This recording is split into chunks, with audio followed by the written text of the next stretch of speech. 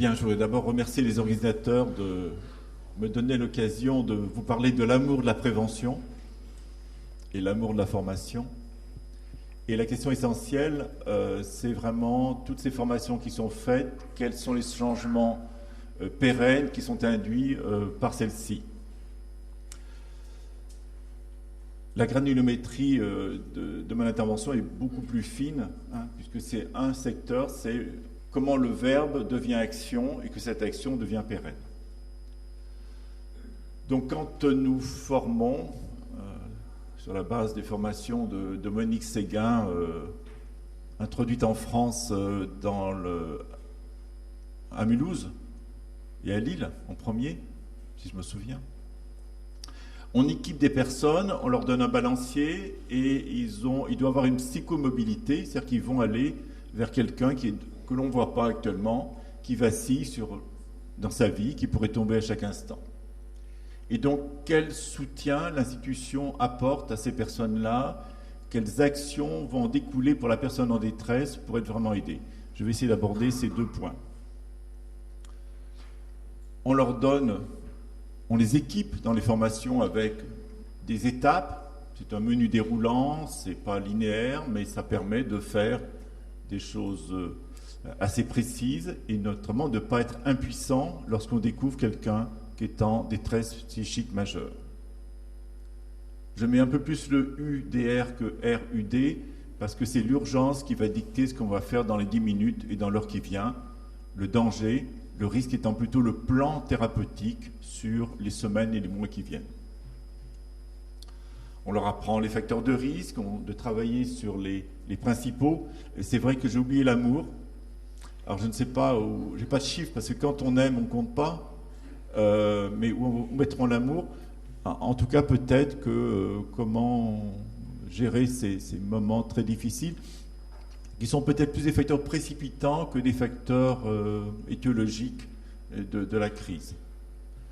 X3, c'est les hommes, c'est maintenant plutôt 4 en France, avec les données 2000. Donc, mesdames, protégez les hommes.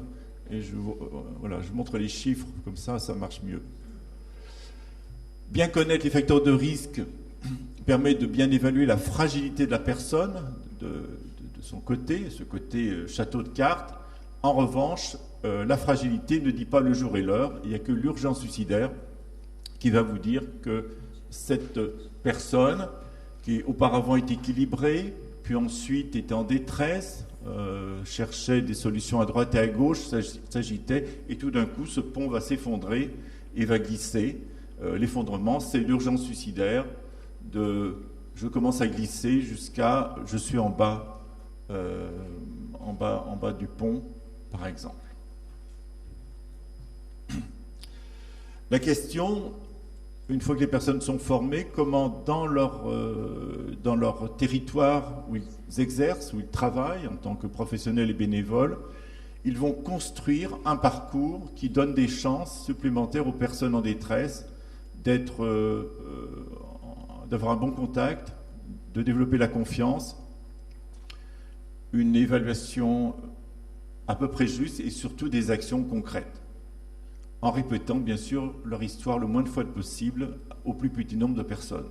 Je vais vous proposer un premier travail qui a porté sur les EHPAD, donc établissements pour les homes, personnes âgées dans le département du Rhône. Et je dis évaluation interne-externe, c'est qu'on a demandé aux professionnels des institutions comment ils avaient changé les choses. Et c'est une équipe externe, notre équipe, qui est venue recueillir ces données-là. Donc on a formé des gatekeepers. Je ne suis pas très à l'aise avec le mot sentinelle ne me paraît pas tout à fait adapté, je passe. Mais le contexte dans lequel on a développé cette action, c'est en 2012, 13 suicides en 6 mois, 12 hommes, 1 femme. Oui, quand les femmes doivent protéger les hommes, c'est pas un vain mot. Donc une année noire, et quelqu'un de l'autorité, l'Agence régionale de santé, s'en émeut et se mobilise fortement, avec une ténacité à nul autre pareil. Donc l'ARS souhaite, l'Agence régionale de santé, en somme les responsables d'un canton suisse au niveau sanitaire, disent il faut faire quelque chose. Nous avons une capacité dans le service de pouvoir former. Il y a des formateurs dans la région, donc on organise des formations. Qu'est-ce que l'on fait comme... on va former des... Alors, sentinelles, gatekeepers, on va former des professionnels, des médecins, des infirmières, des aides-soignants dans les EHPAD, hein, des personnes qui sont sur les trajectoires de souffrance, des personnes en détresse. Alors, on se dit, ben, on peut le faire parce que l'action dans l'USR Force a montré quand même beaucoup d'intérêt, mais il faut avoir un guide pour dire est-ce que les établissements sont impliqués, est-ce que pour eux c'est important, est-ce qu'ils ne vont pas stigmatiser les personnes suicidaires. Il y a souvent une équation, idée de suicide égale folie, égale psychiatrie, égale hôpital psychiatrique. Je ne vais pas dire que je suis suicidaire si cette équation-là flotte dans l'établissement. Et en psychiatrie aussi, parce que je n'aurai pas de permission ce week-end et on va changer mon traitement, encore une fois. Donc il y a des freins très importants. Donc comment lever ces freins pour que la prévention soit là, sans avoir des obstacles immatériels, qui sont les résistances, les idées reçues, fausses sur le sujet. Donc vous savez, cette action sur les SR Force a le mérite de l'amplitude, 5 300 000 sujets pendant 13 ans, et une réduction de 33% du taux de suicide, mais pas seulement, les homicides, les accidents, la violence intrafamiliale. Donc on gagne sur de nombreuses actions. Mais c'est des très gros effectifs et nous sommes bien incapables d'avoir des actions sur de tant d'effectifs. Donc c'est une formation classique, programme, comme on dit, Seguin-Terra, complété par le manuel de formation australien spécifique pour les personnes âgées, hein, qui est un document de très grande valeur. On fait des formations, donc c'est des binômes, 3 mises en situation adaptées pour les personnes âgées. On réalise 19 formations en 35 jours, hein, pour faire une action coup de poing, hein, et donc on forme 30% minimum de 12 EHPAD. Et on leur fait une formation pour la postvention, pour le quadrinôme, psychologue, cadre de santé, médecin coordonnateur et directeur, hein, pour qu'ils puissent, au cas où. C'est un financement ARS lourd, puisque même le temps de formation qui est dispensé, les établissements sont dédommagés de l'absence des personnes formées. Ça ne se refera pas. C'est unique. Voilà. Qui a été formé, là vous avez le tableau des personnes formées. On insiste beaucoup pour former les personnels de nuit, parce que la nuit rapproche les personnes en détresse, et c'est une porte ouverte vers les ténèbres. Qu'est-ce que ça fait cette action? Une étude associée qui a été financée par le centre de recherche de l'hôpital de Vinatier. Donc on va comparer ces EHPAD formés avec 12 EHPAD contrôle non formés. Est-ce qu'il y a moins de tentatives de suicide? C'était un objectif, un indicateur qu'on visait. Est-ce qu'il y a des organisations nouvelles? Et puis comment diffuser les choses à une plus grande échelle? Donc voici le design du travail, de l'étude. Et donc on demande aux deux groupes de tenir un registre des résidents suicidaires. C'est-à-dire qu'ils doivent tenir ce registre. Et puis on regarde comment les personnes sont prises en charge lorsqu'elles sont détectées. Il faut de gros effectifs pour avoir une efficacité d'un programme en termes de nombre de suicides. Donc on va prendre des indicateurs intermédiaires parce qu'on n'a pas la puissance statistique. Comment on procède? Donc c'est un binôme de notre équipe qui, avec un cahier des charges très précis, se rend tous les 2 mois dans les établissements témoins qui ont été formés. On a fait 143 visites sur site, on en a raté une. Et utilisation du cahier pour recenser, la façon de procéder, la façon dont on en parle, culture, pratique, organisation, quels résultats obtenus. Première déception, la détection, ce n'est que la détection, ce n'est pas du dépistage. C'est-à-dire que même le groupe formé n'a pas d'attitude systématique pour aller à la rencontre de la détresse psychique. C'est les cris suicidaires qui viennent vers les personnels vont peu vers les personnes en détresse. C'est plutôt des... Voilà. Et je dis, Si vous cherchez des champignons, il faut soulever les feuilles mortes pour trouver des champignons. Si vous ne soulevez pas les feuilles mortes, vous ne les trouvez pas. La tendance, c'est qu'on attend qu'ils poussent énormément et qu'il n'y ait plus de feuilles mortes. Donc c'est les trompettes de la mort assez évoluées qu'on découvre. Que même dans le groupe formé, les variations sont considérables, c'est-à-dire qu'il y a encore des établissements formés qui ne trouvent pas des trompettes de la mort. Ils ne les voient pas, c'est sous leurs yeux. Et les variations sont de 11% à 0%. Quels sont les chiffres le plus proches de la réalité? Sachant que l'enquête INPES 2014, c'est 5% des Français ont pensé au suicide l'année écoulée.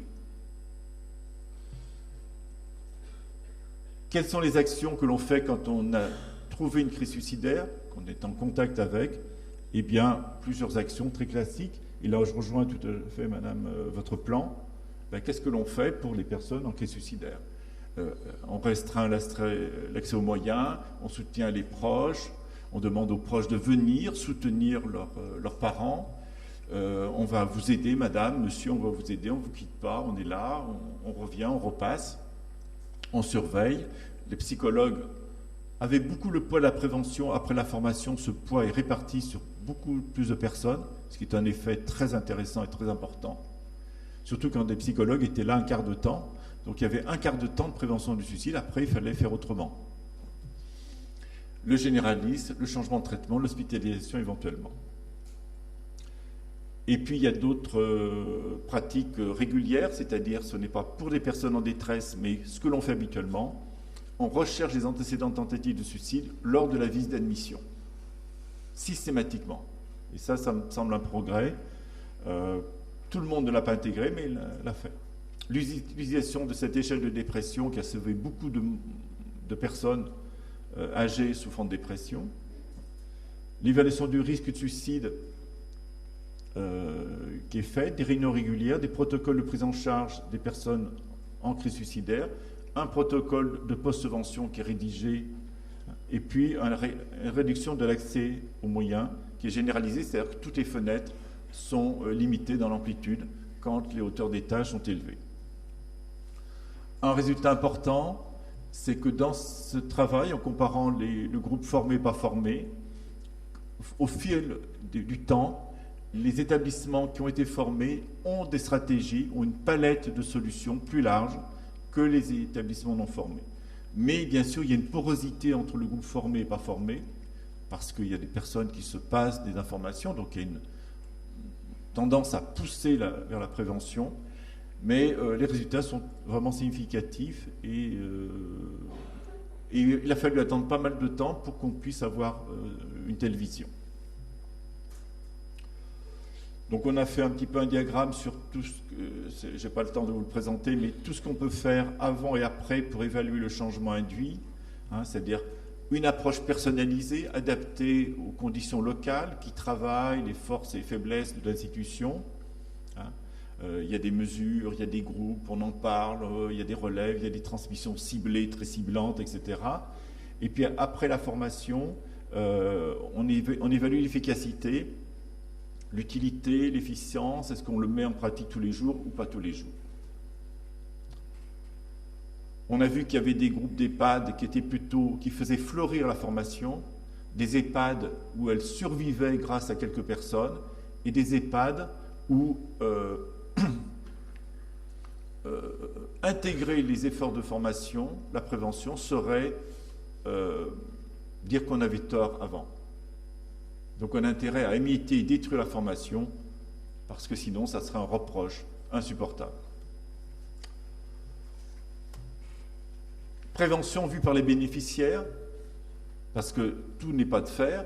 Est-ce que les personnes qui sont en détresse voient les bouées de sauvetage sur le Titanic? Est-ce qu'ils sont du bon côté du bateau, là où il y a les bouées de sauvetage et les canots? Donc c'est une étude qui a été conduite par Alice Deschenaux. La précédente, c'était Nicolas Chauliac et le reste de l'équipe, qui a travaillé dans un établissement pénitentiaire et qui a évalué des arrivants, 55 arrivants consécutifs. Elle les a vus pendant au moins 1 heure. 38% étaient suicidaires. C'est-à-dire que quand on leur parle gentiment, respectueusement, avec une méthode, le chiffre est assez effrayant. 3 ont rapporté une tentative de suicide pendant le premier mois. On a évalué le degré d'urgence et les Morissette un peu modifiés, et on voit qu'il y a un sous-groupe qui s'aggrave à J28. On utilise cette gradation des degrés d'urgence, et ça donne ce schéma-là. Donc ce n'est pas le nouveau métro de Metz, hein, et différentes lignes, mais c'est pour montrer les flux de souffrance des personnes qui rentrent et qui ne sont pas suicidaires, des personnes qui l'étaient et qui le restent, des personnes qui l'étaient et se diminuent, des personnes qui ne l'étaient pas et qui le deviennent. Je pense que c'est assez important de voir vraiment ce diagramme des flux quand on veut prévenir et notamment s'occuper de 24 patients le matin, l'après-midi, la nuit, la semaine, le week-end, où ils en sont exactement. On a demandé à ces détenus, qu'est-ce que vous en pensez? Quelle est votre opinion? Quelle est l'utilité de ceci? Donc les points d'attache réduits dans les cellules, l'évaluation des facteurs d'urgence, de danger, de risque, des commissions, des formations des professionnels, avoir des discussions avec les chefs, avec les surveillants, les chefs de bâtiment, que mes proches puissent communiquer, je pourrais leur téléphoner, ça m'arrangerait bien, mais je ne veux pas trop en savoir non plus, être pas seul dans une cellule, avoir une équipe psychiatrique accessible, compétente, et voilà. Loisirs, travail, religion, visite, voilà, communiquer, augmentation des rondes, etc. Globalement, qu'est-ce que ça donne? Les deux actions, hein, c'est entre -2 et +2, les deux actions qui ressortent, c'est avoir des activités, ne pas rester immobile. Et la plus importante, c'est avoir des liens avec l'extérieur. Ce n'est pas forcément des actions ciblées prévention du suicide très pures. Hein. On est d'accord. Ensuite, vous avez, par exemple, avoir une prise en charge psychiatrique est plutôt bien cotée, moi, je trouve. Nous avons une place, nous sommes probablement importants. On se sous-estime beaucoup, souvent. Qu'on me mette dans une cellule lisse, moi, je n'apprécie pas trop, globalement. Il y en a qui disent oui, c'est très bien, d'autres non. Moi, ça m'écœure d'être dans une coquille d'œuf. Les rondes sont très mal supportées, la surveillance spécifique est mal surpayée, mais communication de mes proches avec l'administration pénitentiaire, c'est pas mauvais. Plus de discussions avec les chefs et les surveillants, ben c'est pas mal, etc. Donc c'est un petit peu la prévention vue des bénéficiaires, vue du côté des bénéficiaires. Il n'y a pas énormément d'études sur le sujet, il faut le reconnaître. En effet, on se rend compte après ce travail que ce qui est mis en place est très invisible. On dit nous faisons de la prévention, mais quand on demande à ceux qui en sont les bénéficiaires, est-ce que vous voyez les bouées de sauvetage accrochées? Ce n'est pas très clair. Les messages simples et forts, rugueux comme une prise d'un mur d'escalade pour remonter à la surface, pour repartir dans la vie, sont peu visibles, ne sont pas affichés. Est-ce que ces messages sont aux proches des personnes qui vont très très mal? On n'est pas sûr. Est-ce qu'on rappelle qu'il n'est jamais trop tard? Est-ce qu'on reprend les messages de l'USR Force? Être fort, c'est demander de l'aide. Ne pas en parler peut tuer, en parler peut sauver, ne pas rester seul. Lutter contre l'isolement, plus que l'isolement, d'ailleurs le retrait. C'est les changements, pas les gens qui veulent être isolés, mais c'est surtout je me retire du monde parce que je ne suis plus présentable. Et il ne faut pas oublier, et ça on doit le rappeler tout le temps dans les formations, et si on veut que le changement soit pérenne, en parler ne tue pas. Et ici on en parle et on va bien. Non? À peu près?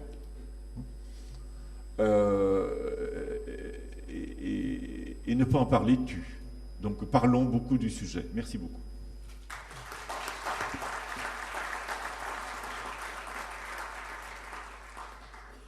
Et maintenant, pour l'interrogation, qu'est-ce que vous pensez développer, faire perdurer cette action ou pas, et de quelle manière? Est-ce que les nouveaux modes de formation, les MOOC par exemple, pourraient être un moyen? On l'a imaginé, C'est-à-dire que les personnels se forment une demi-heure sur un ordinateur pendant le temps de travail, acquièrent étape par étape des choses.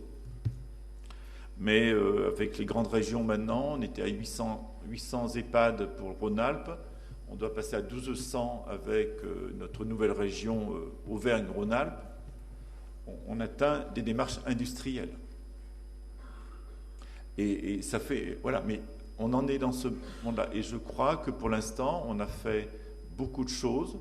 On est passé de l'amateurisme à une forme de professionnalisme expérimental. Mais ensuite, je pense qu'il n'y a que les établissements pénitentiaires où vraiment il y a une démarche quasi industrielle, le mot noble d'industrie, c'est-à-dire que tout le monde. Après, c'est toujours sur la bonne volonté des personnes. Certainement, le produit formation doit tenir compte du contexte. Il y a des établissements qui réussissent tous leurs projets, on leur donne quelques informations, ils l'intègrent, ils le développent, ils le font fleurir, ils le diffusent. Et puis d'autres, il faut y aller avec les gros sabots. C'est d'autres méthodes de formation. Et quelquefois, là, c'est l'éloge de l'autorité. C'est une mort intentionnelle d'une part. Deuxièmement, c'est un risque non réglementé. Alors pourquoi se forcer? Pourquoi se forcer, moi je vous dis? C'est pas obligatoire, c'est en plus. On a l'impression qu'il faudrait rendre de l'obligatoire à certains et surtout laisser la liberté d'innover pour les autres. J'espère qu'un jour, jamais un ministre va faire des décrets, des circulaires ou des arrêtés pour ça. Et je rappellerai toujours la phrase de Pierre Dac: quand l'État français veut faire avancer des choses, il fait des arrêtés. Et quand il veut que ça tourne en rond, il fait des circulaires.